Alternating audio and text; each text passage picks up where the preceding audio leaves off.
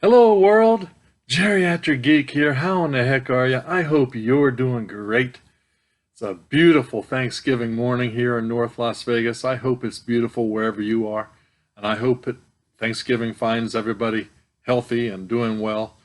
I'm thankful for my relative health and my ability to be able to sit here in front of my camera and talk to you guys about movies. Yeah, one of my favorite things, what keeps me motivated and moving. So, hey, I hope everything's good for you guys. Um, if not, hang in there. It will get better with perseverance and a little positive alternative. So, hey, thanks for joining me. As you guys can tell, yeah, we've got some movies to talk about. A little deep discount, a little Stinky Tuna, a little Gruv. So some miscellaneous stuff that I picked up in the last week or so. So, hey, thanks for joining me again, and happy Turkey Day if that's what you do. And let's get right into it. What do you say? So first up is some goodies from Gruv. First on the chopping block. Got dust all over these things. Anyway, first up is Vintage Sci-Fi Collection. This includes movies from 1957 to 1961. They're all black and white, and they're put out by, that's right, Mill Creek. Mill Creek. We got the 27th Day, the night the world exploded, the H-Men, 12 to the Moon, Battle in Outer Space, and Valley of the Dragons. This was real inexpensive. I can't remember exactly what I paid for it, but it was very inexpensive. Unfortunately, Gruv doesn't put the prices on their receipt, so return receipt. So there you go, something sci-fi, something to turn on the old turn off the brain and do a little sci-fi action. There you go.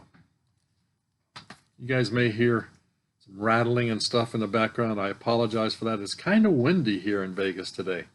So, yeah, we'll get through it. May make some noises, but we'll get through it. Rearrange here. All right. Next up, some more sci-fi stuff. I like sci-fi, and especially old stuff. I get some good kicks out of it. There you go.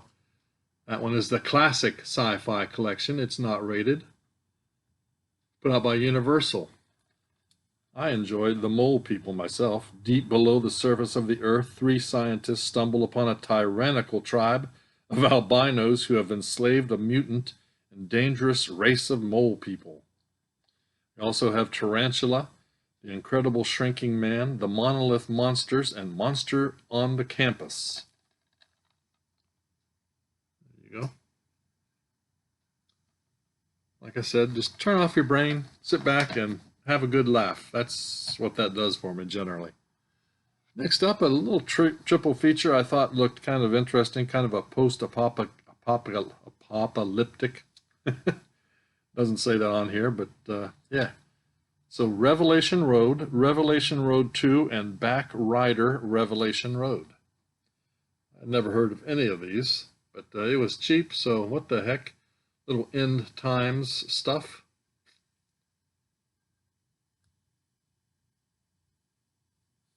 First one, Revelation Road, is 89 minutes. The second one is 91, and the third one is 112 minutes.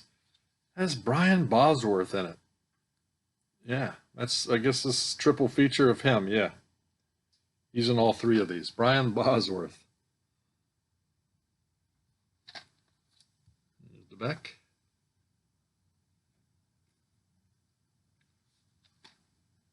Revelation Road. Let me read that. Josh McManus is thrown into chaos when a cataclysmic event that rocks the world forces Josh to face a past he thought was behind him. So, there you go. If you guys have seen or heard of any of these, tell me down below in the comments what you thought. So yeah. All right. Next up, we got some more end times happening. Literally, end times double feature, The Moment After and The Moment After 2, The Awakening. Put out by Universal. First one's 89 minutes, the second one's 93 minutes long. With impending global chaos, 2 FBI agents are assigned to investigate the sudden disappearance of millions worldwide. In the moment after 2, The Awakening, in the chaotic days following the rapture, former FBI agents Adam Riley and Charles Baker must survive the new world. I like these end times movies, especially The Walking Deads and Fear the Walking Dead and all those. Let me know down below. Do you like those kind of movies? Next up, where's this one from? Yeah, I got this from Gruv also. Psych. 179 minutes long, non-rated, put out by Universal. 4 fan favorite Halloween-themed episodes. I'd never heard of this show, but thought I'd check it out. It's not all candy and costumes for Sean and Gus as they tackle spooktacular cases from mummies to ghosts to vampires. In these 4 frightful Halloween-themed episodes, it's all tricks and no treats for your favorite psychos. There are the 4 episodes.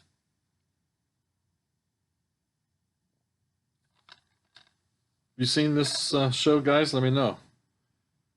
GreatTVShows.com. I'll be the judge of that. Next up, looks like we got some deep discount goodies. First up, no animals were harmed in the making of this film. 70 cast and crew members were. Roar, R-O-A-R, Roar from Olive Films.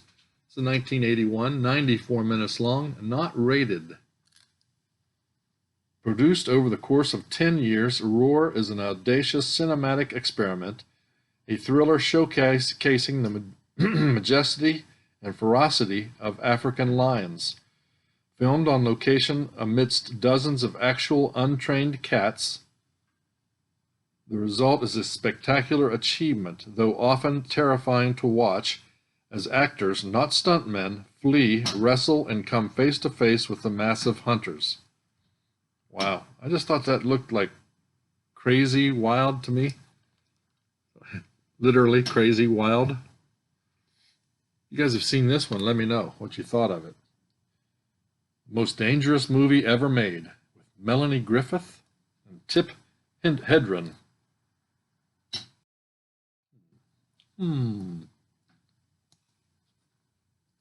Next up, from Deep Discount, Dr. Terror's House of Horrors. Dr. Terror, House of Horrors, not rated, 1964, 98 minutes from Olive. 5 men who board a train as strangers will soon find commonality when joined by a 6th passenger. The mysterious traveler known as Dr. Shrek, Peter Cushing, watch as their destinies unfold in the chilling and life-altering horror thrill ride, Dr. Terror's House of Horrors. To while away the time, the good doctor offers to read each passenger's tarot cards. The innocent parlor game has an unexpected conclusion on each reading unfolds on the screen as a terrifying vignette, the results of which are unpredictable and shocking. Let me just hold it over here so you can read. Yeah. I love me some Peter Cushing. Those old school movies, I like those. All right. Next up, deep discount. Night of the Demons 3. Yeah, that probably means I need to get Night of the Demons. Is this 3 or 2? Night of the Demons 2, excuse me. I don't have Night of the Demons 1 yet. So this is R-rated, 1994, 95 minutes long, R-rated. It's Halloween and the teenagers from St. Rita's High School want to party at the neighborhood's haunted house. For years, the whole house has sat in eerie silence. Tales of its haunted past have turned into gory jokes, and No one really believes anything ever happened there. However, Angela, the hostess from hell, is summoning her army of teen demons to the blood-curdling contest between the school's priests and herself, the Princess of Darkness. What was intended as an innocent evening of fun and games turns into hell-raising, life-threatening ordeal. They wanted fun, now they're in the trick-or-treat party of their lives. Okay. Looks like a good ride to me. Trick-or-treat, sucker. All right. Next up, Peter Benchley's Creature with Craig T. Nelson and Kim Cattrall. 1998, not rated, 176 minutes, also an Olive film. When a top secret government project, a creature that's a hybrid of a human being and a shark, breaks free from its environment and eventually finds its way into the sea, no one is safe. Wreaking havoc and terror on a small coastal community, it falls to marine biologist Dr. Chase, Craig T. Nelson. I loved him in Coach, by the way. Capture or kill the creature. We shall see what happens in this one. Little creature feature. You seen this creature feature? Let me know. Next up, a little fun. A little fun in the house. That's right. A little Fonzie action. This is, let's see. Happy Days are here again. Season 1 and Season 2. Hello. Yeah, so we're going to do... my wife just popped in and said, oh. Anyway, so there we go. Happy Days, Seasons 1 and 2. I loved this show when it ran originally. 1974, I believe. 1974, 75. Yeah, 1974, 75. 9 hours, 36 minutes on this one. I can't tell how many is on this one. They don't say on the back of this one. So some good times to be had there. Happy Days are here again. I'm about due for my haircut again, as you guys can see. Sorry about that. Anyway, next up.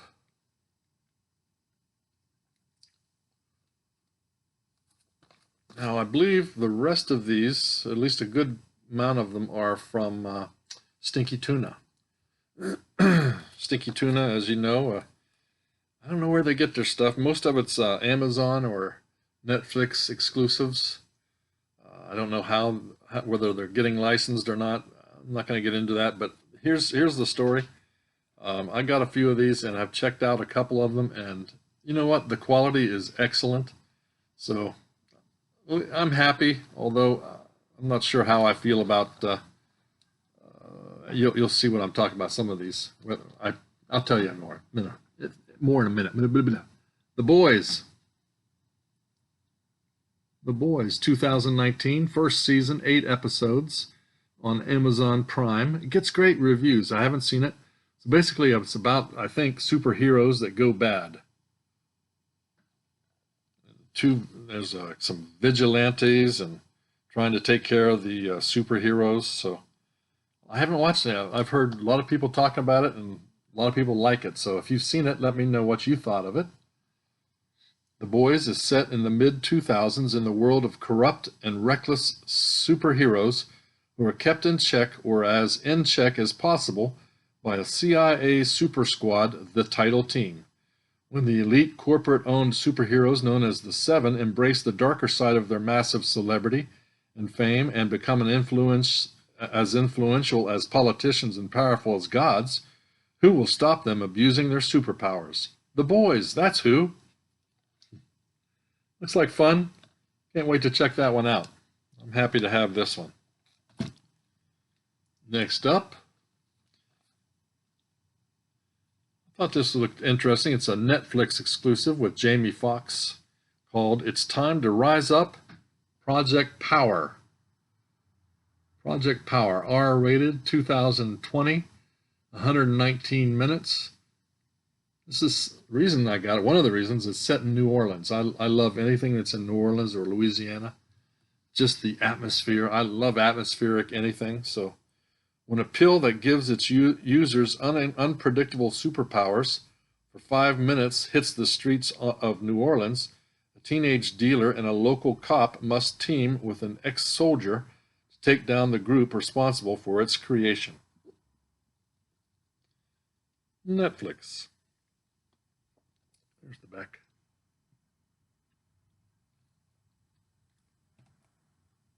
All right, next up, another Netflix exclusive called The Platform. The Platform, R-rated, 94 minutes, 2020. Gets really good reviews also, so I thought, what the heck? It's interesting, they put those not for resale on the back of it. In a dystopian future with absence of resources, people can freely to end the pit. I don't know what that means. People can freely to end the pit, a vertical underground jail where an interview to check the possible admission. The volunteer possess a, that doesn't sound, the writing is crappy.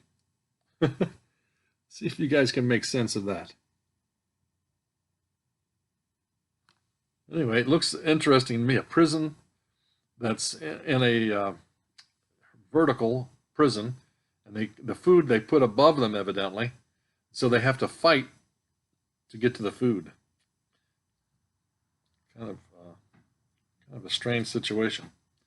But anyway, have you seen this one? Let me know what you thought of it, right? All right. Next up, the uncut remaster of Dragon Slayer. That's right, Dragon Slayer. PG, 1981. I love that dragon, Vermithrax.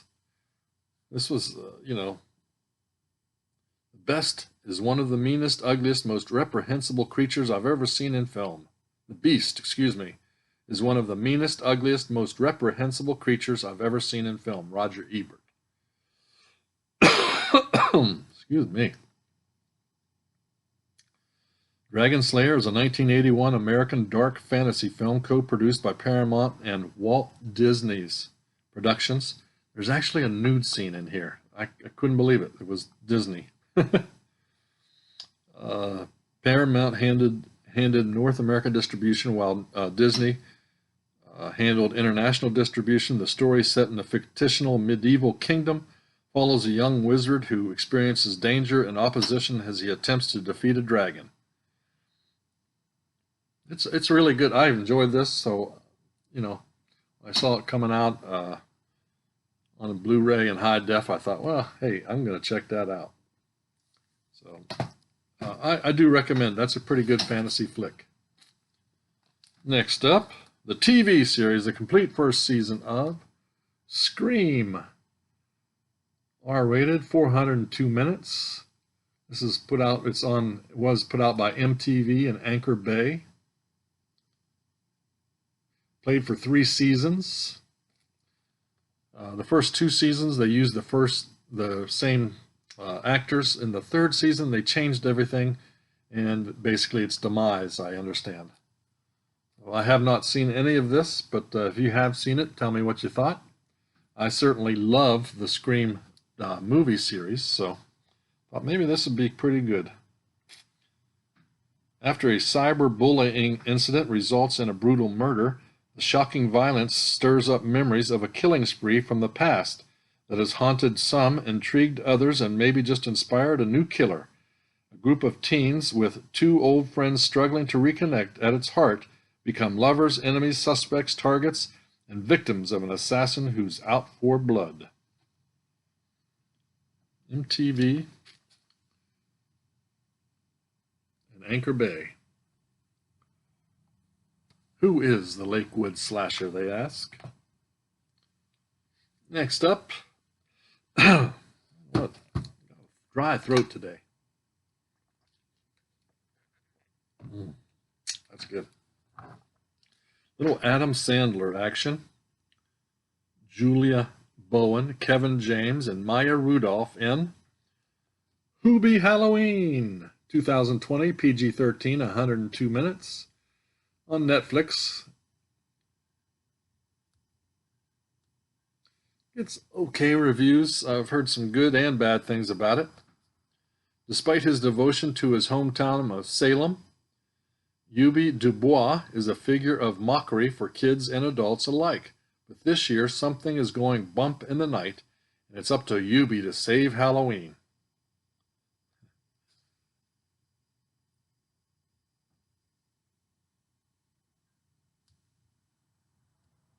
So it's old Sandler playing that challenged person and having to deal with bullies, and evidently comes out to hero at some point. So if you've seen this one and you liked it, let me know. Or if you didn't like it. Sounds interesting to me. We're going to check that out. Next up, I don't know why I got this. It's not really one of the things I really like to watch, but it is a Netflix exclusive. It was inexpensive, so I'm thinking of Ending Things, 2020, 134 minutes, R-rated.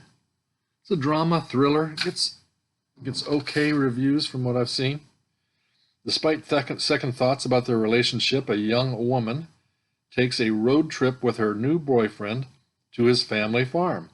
Trapped at the farm during a snowstorm with Jake's mother and father, the young woman begins to question the nature of everything she knew or understand about her boyfriend, herself, and the world. Long movie, 2 hours and 14 minutes. So if you've seen this one, let me know. It sounded interesting, on the verge of whether I would like it or not, but certainly this is one I was interested in. This one, Run for Your Life. It's Christie, R-rated, 2014, a horror thriller. This is, from what I understand, is a very creepy slasher film.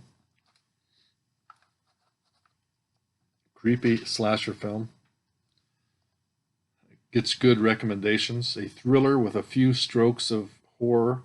Ashley Greene is an excellent actress, and in this role for her, when a college girl who is alone on campus over the Thanksgiving break is targeted by a group of outcasts, she must conquer her deepest fears to outwit them and fight back. So basically, I think she's holed up in the dorm and having to fight for her life in the dorm. Looks fun to me.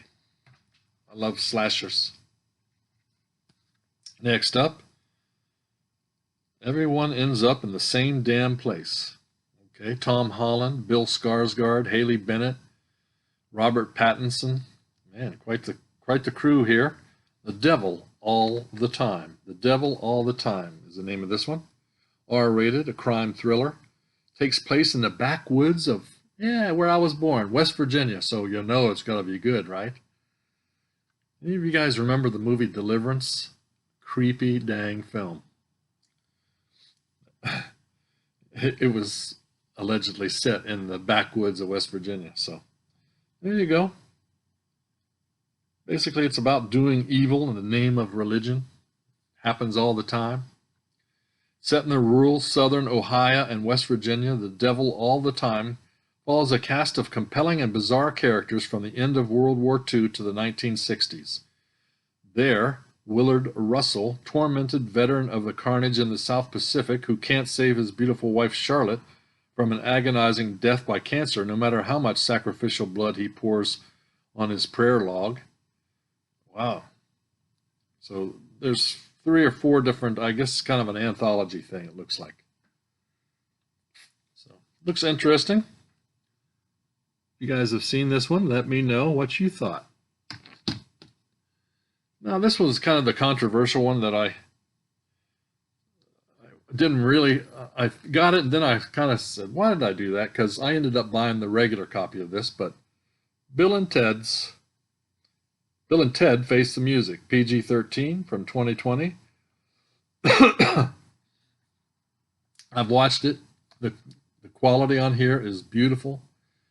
I do. It says Ultra HD, so does that mean it's in a black case? Does that mean this is a 4D or 4K transfer? I don't know. I left my disc upstairs, but yeah, good movie. If you're into Bill and Ted, you know this is probably not the best of all three of them, but it's worth a one time for me. And I was interested. Like I said, I bought the regular one, but this copy, can't tell it from the original. So there you go. I suspect they're released like in Japan or something, and Stinky Tuna then copies that. That's what I'm getting. I know that happened with this one. Song of the South. That's right. Zippity doo dah. 1946. G-rated. 94 minutes. Of course, this is based on Uncle Remus stories about the ingenious bunny, Brer Rabbit, live action and animation.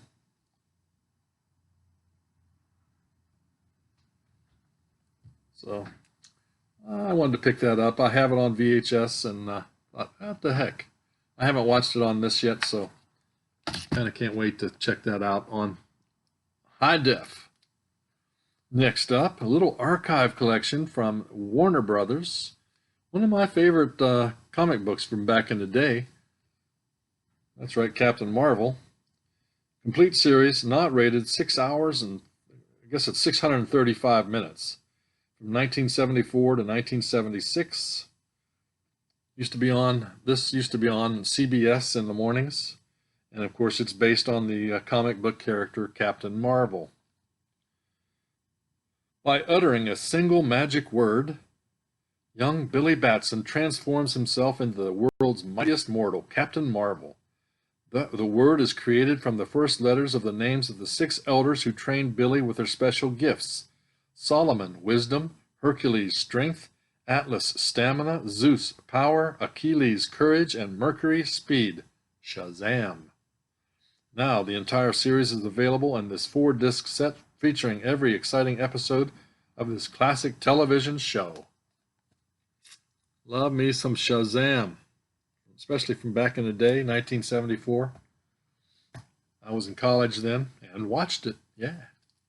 All right. Next up, special edition of Ouija's Little Drug-Induced High, 2020 comedy horror put out by Full Moon. Guess who's in this one? That's right, Cool Duder himself, Mr. Sean C. Phillips. That's kind of why I picked it up, and it's a stoner movie. I like stoner movies. So there you go, Ouija's. Takes place in Las Vegas, as crazy as that is. Crazy creature feature. The bad news is it's not very good. I'm sorry, but it's not. There's the back. You can read. Little Sean C. Phillips. And my last pickup, in the same vein as the Ouija's, is the Evil Bong box set. You see Tommy Chung there. Of course, this is